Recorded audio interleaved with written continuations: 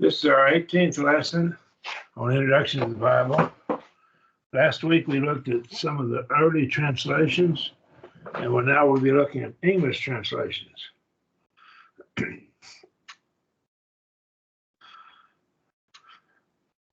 We're going to look at how the scriptures were copied and scribes and printing presses prior to 1452. They used scribes.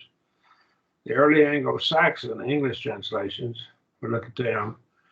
We'll look at recent English translations, non-Roman Catholic translations, and Roman Catholic translations. We'll look at some important facts about the Bible as well. All right. Somehow my slides are not in sync, not working right. So the whole slide will go up apparently. Until 1452, between there and 1455, all copies of the Bible were copied by hand by scribes. There were two ways they did this. One scribe was one copy. He would look back and forth from the copy and go back and forth and look at it, copy it, and then read the next line and copy it. And there was another method that they had a reader, and they had several scribes. This is called a scriptorium. Johannes Gutenberg was the first to use movable type to print books, as far as we know. The first book that he printed was the Latin Vulgate Bible. Here's what a scriptorium looks like. We have a reader, and in this case, we have three scribes, and they're listening to him read, and then they write what he wrote, what he said. And here's a Gutenberg Bible with the printing press. So this is scriptorium. Now then, what the scribes heard was only as good as their hearing and as good as the reader read. There's some letters in Greek that sound similar, like the short O and the long O, and the short A and the long A. And so these could cause confusion as to the words. But here's a Latin Vulgate, and it's a Gutenberg Bible. Paper was invented by the Chinese in about 100 AD, and the technique of making paper spread to Europe by about 1400 AD. About 1453, the Byzantine Empire fell to the Muslims, the Ottoman Empire. The Ottoman, they ruled Turkey. And many intellectuals fled to Europe, bringing both the knowledge and the copies of the Greek scriptures with them at this time, 1453. Caedmon, in 676 AD, paraphrased the Bible in Anglo-Saxon. Anglo-Saxon is an early form of the English language, but English is a combination of Anglo-Saxon, Celtic, and then the Norman language, a French type language. So those three were blended together to give us what we know as our modern English. Caedmon actually sang his paraphrases, the best we can tell. He set his paraphrases to rhyme, and it made it easier to memorize. So as far as we can tell, he did not know Latin, so he merely paraphrased what he heard others say the Latin Vulgate taught. That's a paraphrase of a translation, basically. But he made it rhyme, okay? Here's a copy of some of this right here in the early. Oh, this is real early English. and it's real hard to read. We can see some. I can't make out most of the words.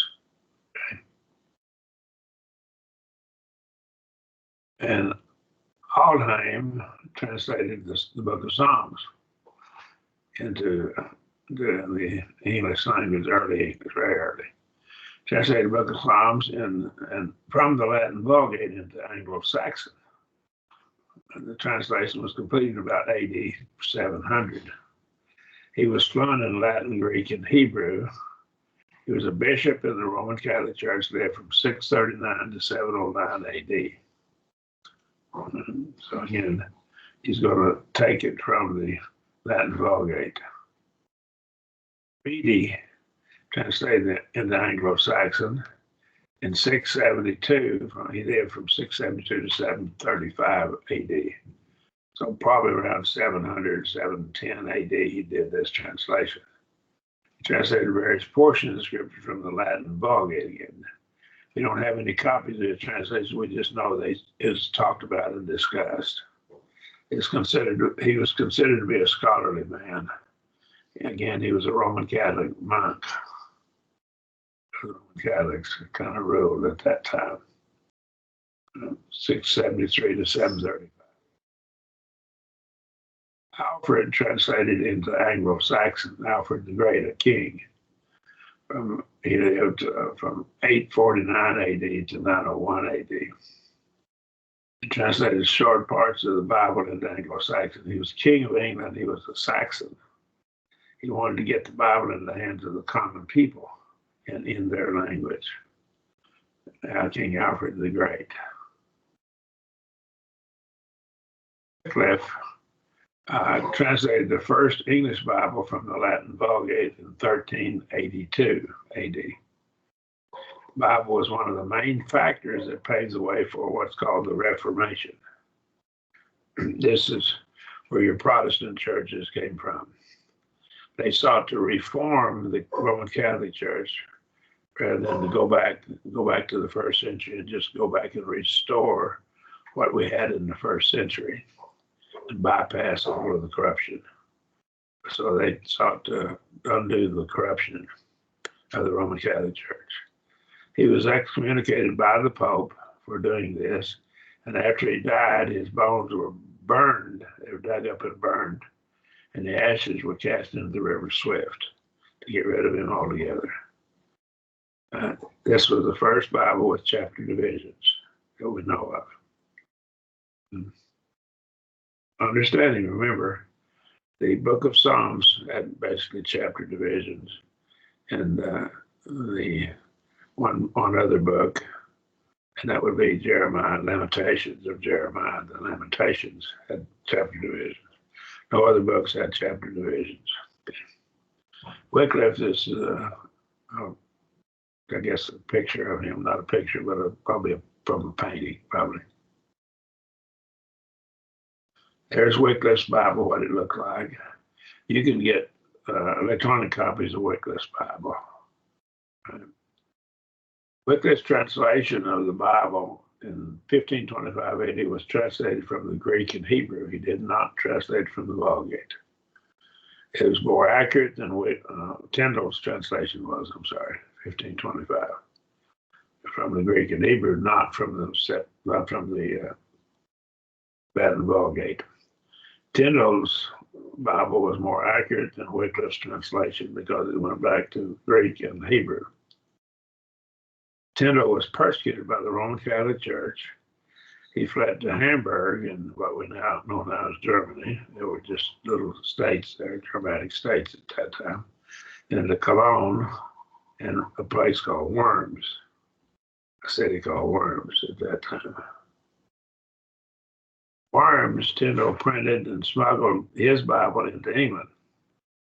For translating the Bible into English, he was strangled and burned around October the 6th, 1536 by the Roman Catholic Church.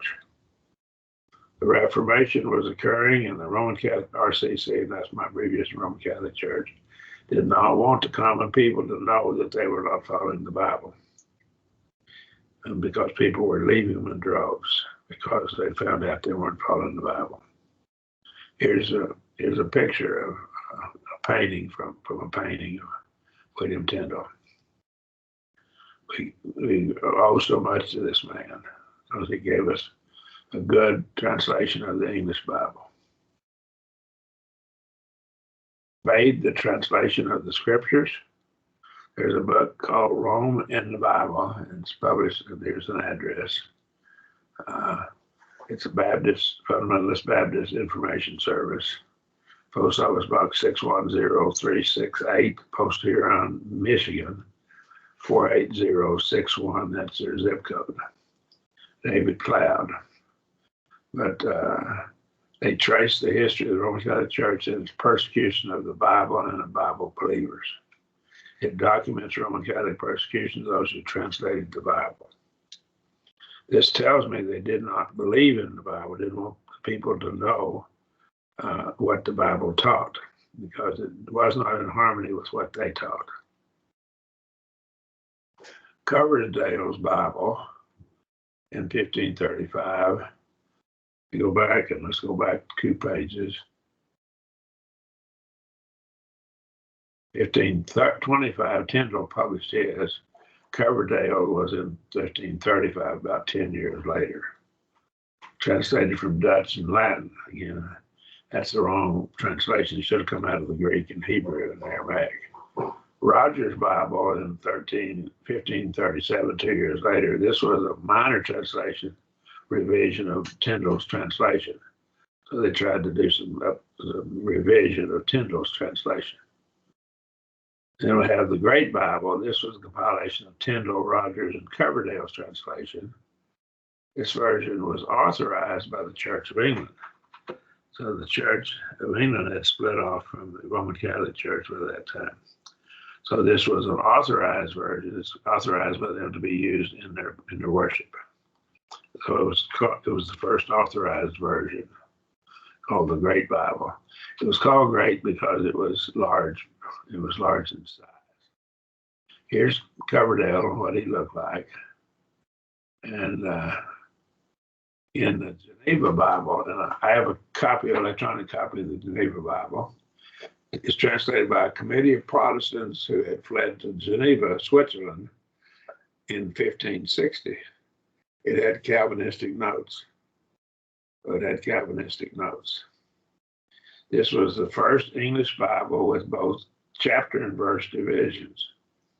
So now we have one with the chapter and verse divisions.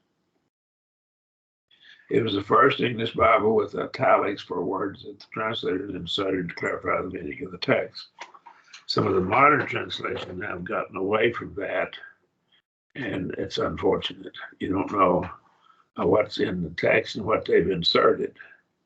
And that's a dangerous approach to it. I like what Geneva Bible did. I think there's some honesty there, even though they were Calvinists. Here's what the Geneva Bible looks like. Of course, the writing is in older English. And you can, if you look at it, you can see some letters that we don't have in there. So I have an electronic copy of it. And if you look up here, and I'll look at the top, and it says description. See, there's your F. It looks like an F, but it's an S, description. And we have here the Holy Gospel of E.A. Now notice, E, they don't have a J in the language at that time in the English language, so it was an I. And I'll use my mouse, and the V looking was a U. It covered the V and the U sounds. So again, we can find some more in here, but you can see those older languages, the older letters. There's some letters that they had in the English at that time that they dropped out, and it dropped them out around middle of the 1700, about 1750. They dropped them out and began to change the language, update it. Yeah. So that's when the King James Version was revised. We'll get to that later. There was a number of instances where the Hebrew Aramaic Old Testament has different divisions of the chapter and verses than the English translations. So how can you get information about that? But if you'll buy a copy of Strong's Exhaustive Concordance of the Bible, my copies, I have 2 copies of it, both of them have this. Immediately following the Hebrew Chaldee lexicon in Strong's Exhaustive Concordance, there's a section that lists the differences between the verses that are in the Hebrew and how they're in the English translation. It's the same material, but they had the chapter and verse divisions different. Any comments or questions there? But what you do is get your copy of Strong's, and this is where you'll find the information if you need it. And it's nice to know about it, because try to look at the Hebrew text, it'll have a different number of verses sometimes in a chapter. And the material from the end of one chapter will be over in the English text, will be over in the next chapter.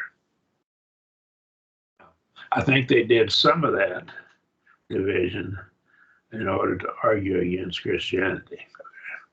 The Bishop's Bible in 1568 AD, it's the second authorized version of the Church of England. They authorized it to be used. And Bishop's Bible was the second translation that was authorized. The first, of course, was the Great Bible, as I already said. Authorized translations they're authorized to use in their worship. The King James Version, 1611, if you go back here, 1568, now we get about 50 years later, approximately, or so. King James Version, 1611, this was called the Authorized Version, also called the Authorized Version. Again, so authorized by the Church of England to be used in their worship. It was the third version authorized by the Church of England. It was revised, the language was updated in the late 18th century, around between 1760 and 1769. 2 universities, Oxford and Cambridge, were commissioned to make a revision because they had changed the alphabet and they'd standardized the spelling of some of the words. So we have a standardized spelling. We have a change in the letters. So that we took some letters out and added some letters into the English alphabet. Ampersand was a letter at that time, for instance. Horn was a letter, and a V-shaped letter covered both the U and the V sounds. And so there's some other letters. The F-looking letter was an S. Okay, right? There was no J in the language, and that's just some of the things that were changed. Now this changed during this time, so these 2 universities had 2 different versions, 2 different King James versions. There's one that was Oxford, and the other is Cambridge version. Those 2 universities. Okay. So the American Declaration of Independence, if you get a facsimile of it, it has some of those old letters in it. Okay. Because that was 1776. That's just about 5 or 6 years after this came out. So England had been changing the language and updated it. And I think probably improved it. But that made them have to have a revision of the King James Version, the 1611. We don't use the 1611 translation. I hear some people say, you use a 1611 translation. No, I don't, because that has different letters in the alphabet. So what we have is a revision of that, probably around 1765, if you put it in the middle between 1760 and 1769, the 2 versions. The first version printed was a Cambridge edition, 1760. I've been to Cambridge University, and I've preached in Cambridge, not the university, but the city, the town. And the second version printed was Oxford. I've never been there, 1769. The Oxford is the standard edition of most King James Bibles. Okay. There are about 24,000 changes in the text from the 1611 edition, mostly spelling and changes in the letters. So that's a bunch of changes, but it's mostly just changes in the spelling and the letters. Dropped out some old letters, put some new ones in. The King James Version translation of the Bible was translated from the 1550 Stephanus edition of the Textus Receptus, the received text. Now, there's different texts called a received text. We won't get into that any further. Between 1611 and 1760, English spelling was standardized and several letters were added to the English alphabet and some were dropped. These factors required a revision of the 1611 edition, but was revised. American Bible Union translation came out. It's another notable translation in 1864. It's just the New Testament. It was made by the Baptist Church. And it's an excellent translation. I have a copy of it. I have actually a printed copy. It's not an electronic copy. So, Bobby, if you don't have a copy, electronic copy, let me know at the end of class, and I'll send you an electronic copy of it. They translated baptizo as immerse and baptistes as immerser. And so instead of baptize, they translated as immerse, which is good translation, baptistes. Instead of Baptist, they translated as immerser. What they didn't realize, and that's a good, accurate translation, they effectively removed the Baptist name from the church, from the Bible. And they stopped printing this version because they were embarrassed by the taking their name out of the Bible. And of course, the church is not the Baptist church. It wasn't ever called the Baptist church. Okay? But they gave it that name. And it just, Baptist just means the one who's baptized. It shouldn't even be capitalized, okay? But immerser was correct, and they correctly translated it. So they stopped printing this Bible because they didn't get rid of all of it. They have to cover everything out. One of our brethren printed it, so it's been printed. I have a copy of it. It's called the American Bible Union New Testament, translated by the Baptist Church. The translation is accurate. It's just New Testament, however. The Anglo-American revision came about in 1881 to 1885. From that period of time, Anglo, that would be England and America and the United States revision, is supposedly were revising the King James Version, supposedly. But we had some guys got in and got them, some of them convinced to follow the corrupt text of the Bible, Westcott Hort text, which even the authorities today claim it's corrupt text, okay? This version is commonly called the Revised Version, not to be confused with the Revised Standard Version. This is supposedly a revision of the King James Version, but it's derived from a different Greek text, the Westcott Hort text, and some other texts, not exclusively Westcott Hort, but they went to some other sources. American Standard Version, let's go back to this, the Anglo-American revision, they had an agreement.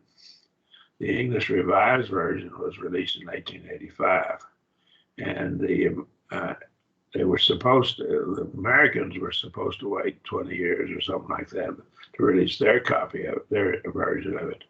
But they didn't keep the word, I don't think. And anyhow, it was maybe a gentleman's agreement. I don't know how they agreed to that. But the Americans released theirs sooner, in 1901, called the American Standard Version. That's about 16 years later. I think they were supposed to wait 30 years or something, maybe 20 years, can't remember. But the American Standard was derived from the Anglo-American revision, commonly called a Revised Version, but it was the readings of the American scholars, how they wanted to translate it. So there were differences in the two versions. Some writers referred to the American Standard as the Revised Version, but it's pretty much like the English Revised Version, but it does read differently in a lot of places. I believe the American Standard is an excellent translation of the Westcott Hort and the other Greek texts that were used. It just has the main flaw it has is sometimes it's translated from a defective Greek text. That's the problem we're running into with it. So when I'm looking at it, I have, in my notes, I put King James American Standard together in my notes, up side by side, when I'm studying. And 99.99% of the time, I'll go with the King James text, because I think the manuscripts from which it came is better. I deal with this. I have a chapter, an appendix in my Logic and Debate for Christians book that's to be printed hopefully this year. And I deal with this textual problem. Okay. American Standard, that's what I've used for years in my preaching, but I divert to the King James if there's a textual variant. So I preach what I have commonly referred to as the King Standard. Okay. Mostly American Standard, though. Then we have the Revised Standard Version. Again, it was translated from a corrupt Greek text in 1952. The New American Standard Version, again, it was translated from a corrupt Greek text. The Revised Standard is pretty liberal, and it's translated by guys that didn't believe in God. The New American Standard Version is a much better translation, and I would argue that you probably need a copy of this. The American Standard deals quite well with the Greek verbs, and it does a very good job with them. It's very useful for that purpose. The New International Version is translated from a different manner of translating. We'll get into that later. And so I think it's I call it a Jekyll Hyde translation. Sometimes it's very good, sometimes it's very bad. I do not recommend the New International Version because of that. The New King James Version is translated from essentially the same text as the Old King James Version, pretty much the same text. And I think it's a good translation, although it has some flaws. One of the flaws is on marriage, divorce, remarriage passages. So there's some flaws in that. The English Standard Version came out in 2001. It's a revision of the Revised Standard Version, and it has some weaknesses too, several weaknesses. Then there's today's New International Version. It's a revision of the NIV, TNIV, and it is really bad in that it is gender neutral. It has a lot of the same flaws, all the same flaws that the NIV has, plus a bunch more. Now then, these are other translations, and so there's new ones coming out all the time. And a woman who was in her 90s when she passed away, and she was kind of a wise lady, not highly educated, but she told me one day, she says, Brother Fox, these translations are coming out because people want to make money, or they want to different translation, or because they want to push their doctrine. And I looked at her and says, I believe you're perfectly right, sister. I won't give her a name, but she passed away a number of years ago. I loved her deeply. And but she was almost as old as my father. Okay, so my father was born in 1898, so she was in her 90s when she passed away. It was a godly lady. But she had it pretty well figured out, is to make money or to pursue doctrine. So Roman Catholic Church persecuted, even killed those who dared to translate the scriptures into the language of the common people. When they saw they were losing the battle, they began to translate the scriptures themselves into the language of the common people. This is called the Counter-Reformation. They call that the Counter-Reformation. Douay-Rheims version in 1582 to 1610, it was completed. The New Testament was translated at Rheims from the Latin Vulgate in 1582, and the Old Testament translated at Douay from the Latin Vulgate. Both of these are translations from the Latin Vulgate. They're not translations from the Greek and Hebrew. Douay-Rheims version then contained footnotes that supported Roman Catholic doctrine. So with the footnotes, you need to remember the footnotes in the Bible, the center reference and so forth, are put there by man. They're not there by inspiration. But the people would read the footnotes, and that would lead them to believe Roman Catholic doctrine was true, or think it was true. Challoner-Rheims version, 1749 to 1777, is again translated from Latin. Confraternity version, 1941, is translated from Latin. I had a copy of that at one time. I've lost it. The Jerusalem Bible, 1966, is a Roman Catholic translation. The New American Bible, 1970 to 1983, is a Roman Catholic translation. The New Jerusalem Bible, 1985, is the Roman Catholic translation. The CTS New Catholic Bible, 2007, is the Roman Catholic translation. Later, they translate some of these from Greek and Hebrew, the later ones here. Let me summarize this. Scriptures were copied originally by scribes prior to 1452, when the printing press was invented. Later, after this, there were still some copied by scribes, but by and large began to use the printing press. Early Anglo-Saxon translation, we saw several of those. Some of them were just paraphrases. And then we got more recent translations. We looked at non-Roman Catholic and the Roman Catholic translations.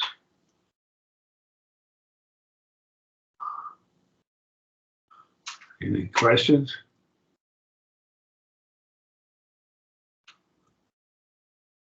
Oh, I had an extra page of notes. Okay.